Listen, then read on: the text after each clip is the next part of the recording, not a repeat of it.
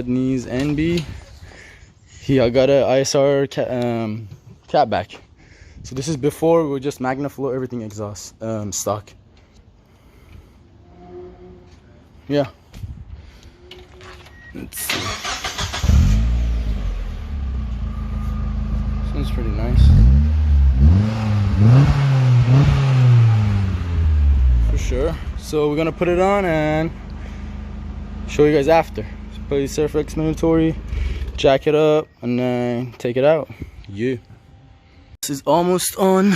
All I had to do was take the ones, loosen the bolts, take them off, but you might have to take this cross brace off. It's just 2 bolts, one there. That one's loosened. I took this one completely out and then I loosened that one. That way the old midpipe can just like get out of there towards the front of the car. So it's off. And then this one's almost on. Looks hella good, but one of the gaskets we're not going to be using just because this one has 2 hangers.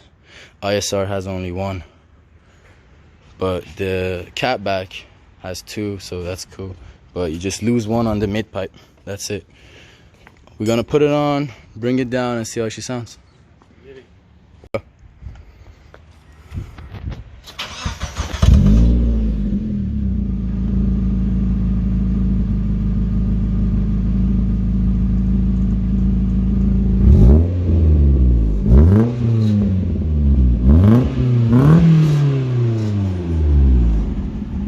Dude, that sounds like a 6-cylinder. Whoa.